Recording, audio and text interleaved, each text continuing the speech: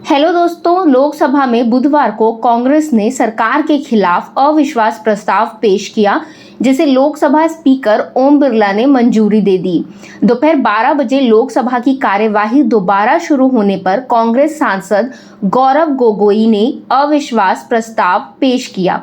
Speaker ने नियमों के तहत 50 से ज्यादा सांसदों के समर्थन के बाद कहा कि अविश्वास प्रस्ताव पर बहस का समय सभी दलों से बातचीत के बाद तय करेंगे। हालांकि विपक्ष नारेबाजी करते हुए पीएम मोदी की मौजूदगी की मांग करने लगे। इसके बाद लोकसभा 2 बजे तक स्थगित कर दी गई है। इससे पहले मणिपुर के मामले पर लोकसभा और राज्यसभा में हंगामा हुआ और दोनों सदन दोपहर 12 बजे तक स्थगित कर दिए गए। उधर राज्यसभा में भी कार्यवाही दोबारा शुरू की, लेकिन विपक्षी सांसद लगातार we want justice, PM Modi जवाब दो के नारे लगाते रहे। बाद में राज्यसभा को भी दोपहर 2 बजे तक स्थगित कर दिया गया। आपको बता दें कि सरकार के खिलाफ अविश्वास प्रस्ताव लाने की भविष्यवाणी पीएम मोदी ने 5 साल पहले ही कर दी थी।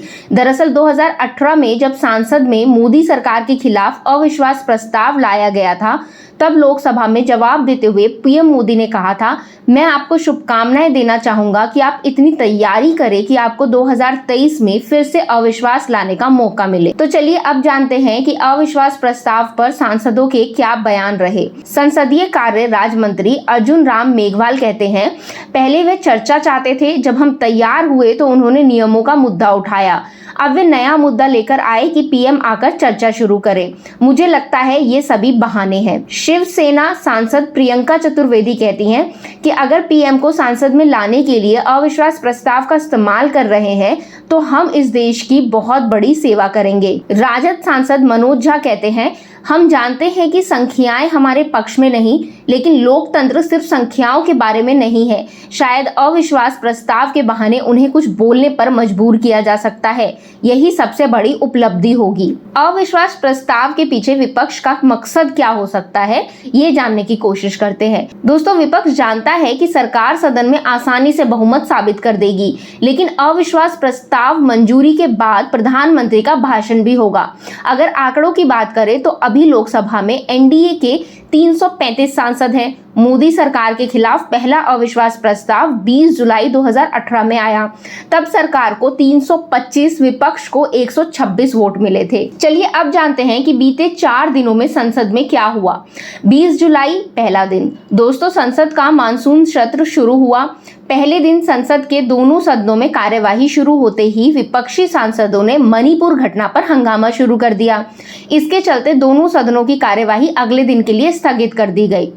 21 जुलाई दूसरा दिन। सत्र के दूसरे दिन भी विपक्ष ने मणिपुर के मुद्दे पर हंगामा किया। दोनों सदनों की कार्यवाही 24 जुलाई तक के लिए स्थगित कर दी गई। सत्र के दूसरे दिन लोकसभा की कार्यवाही कुल 19 मिनट और राज्यसभा की कार्यवाही कुल 18 मिनट चली। 24 जुलाई तीसरा दिन। मानसून के तीसरे दिन भी मणिपुर मुद्दे को लेकर लोकसभा और राज्यसभा में जमकर हंगामा हुआ। विपक्षी सांसदों ने नारेबाजी की। हंगामे के चलते संसद के दोनों सदनों की कार्यवाही 25 जुलाई तक के लिए स्थगित कर दी गई। 25 जुलाई चौथा दिन। मंगलवार को मणिपुर मुद्दे पर लोकसभा में सांसदों ने सदन में नारेबाजी की और अध्यक्ष की आसंदी के पास पहुंचकर इंडिया फॉर मणिपुर के पोस्टर दिखाए। सदन की कार्यवाही पहले 12 बजे और फिर 2 बजे तक के लिए स्थगित करनी पड़ी। उधर राज्यसभा तीसरी बार नारेबाजी के बीच शुरू हुई। विपक्ष के वॉकआउट के बाद 2 घंटे से ज्यादा कार्यवाही चली।